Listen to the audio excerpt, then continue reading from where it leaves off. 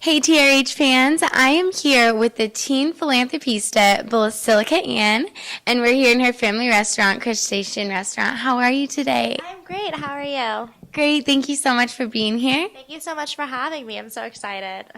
Absolutely, you're doing some really great things, especially at just 17. It's amazing. You're a senior in high school, and you're doing so much stuff. Tell me about first of all your BASH organization.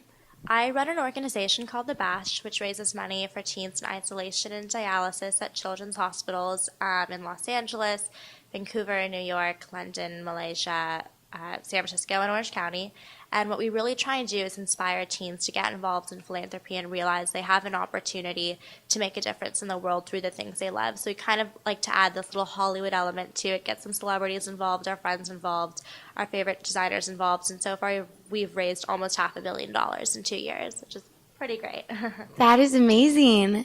Wow, congratulations. Yeah, that's so cool. And tell me about your other organization that you're dealing with, In a Perfect World?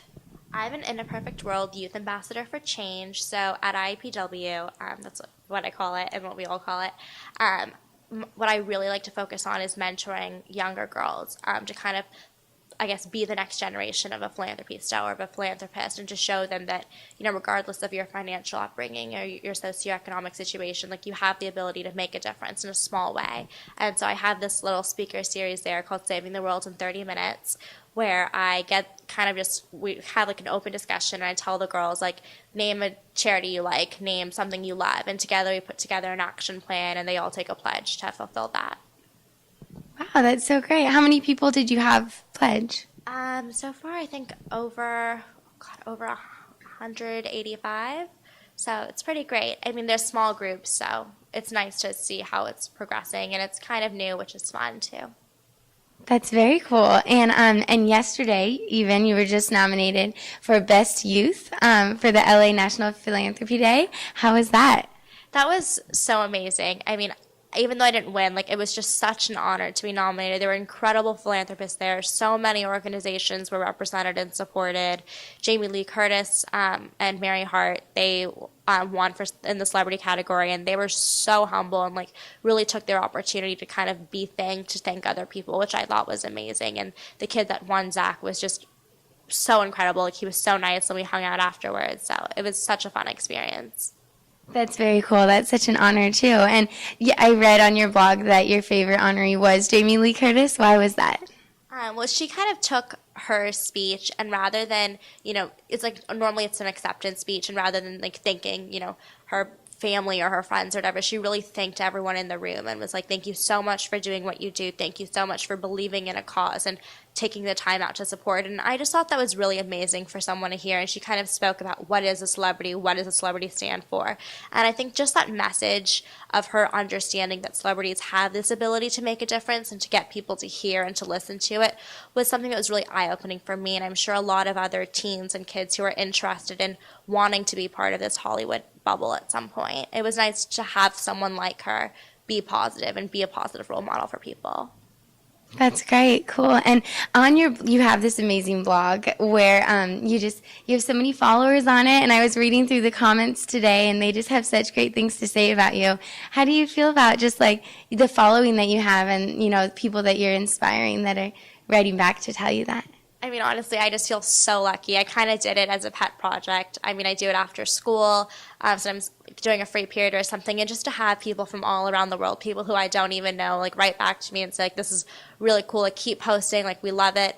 It's definitely really heartwarming to me because I didn't know how people would receive it. Sometimes, people might not be interested. Philanthropy is such a controversial subject for some people because some people don't really believe in it. And for me, just to have this fan base of people who really appreciate it meant the world to me, and I love every one of them. That's so cool. And also I read on your blog that you posted, sometimes like these days people have a bad idea, or like teenagers get a bad reputation kind of. Definitely. You said, yeah, for like being on their iPhone all the time or whatever it is. How do you feel about that? Well, I get ridiculed for being on my BlackBerry all the time, but I like to say that through technology we get to change the world. So whether it's, me tweeting about something I love, or me being on Facebook to talk to my friends and support them, or, being emailing a colleague or whatever it might be. Even though we're technically always on a screen, I think we use it for positive reinforcement or positive possibilities. So for me, I kind of bend it and try and change that image a little bit. Good. I think you are. And so after graduation, what are your plans? I plan on doing a really big Asia trip and volunteering at local orphanages. I really want to go to India. I want to go to Darjeeling, Nepal, Vietnam, and Cambodia. And then I also want to begin writing my book. I've started writing a book a little bit, but I haven't really gotten into that process too much, or definitely to take my blog to a new level. So I want to keep working and keep doing what I love. That's very cool. And what is your advice for, rising philanthropists like you, like for people just your age? Like, what do you have to say to them to inspire them? I would say never stop believing in yourself. I know it's something people say all the time, but there are those moments where you're working so hard for something you love and people just don't believe in it, or they think that, they have to do it because it's a school requirement, or they have to do it because someone tells them. Just know that at the end of the day, it's what you love, it's what you want to do, and there's always an opportunity to get there. You just have to find that path. And sometimes at those worst moments, if you're open and receptive, you're going to find that light bulb idea that we all need. That's so great. Well, thank you so much for being here with us again. It was really nice to meet you and to talk to you today. You too. Thanks so much, Bosilika. And you can find out more about Bosilika and her amazing organizations on her blog. And thanks so much for watching from therisinghollywood.com. I'm Rachel Shapiro.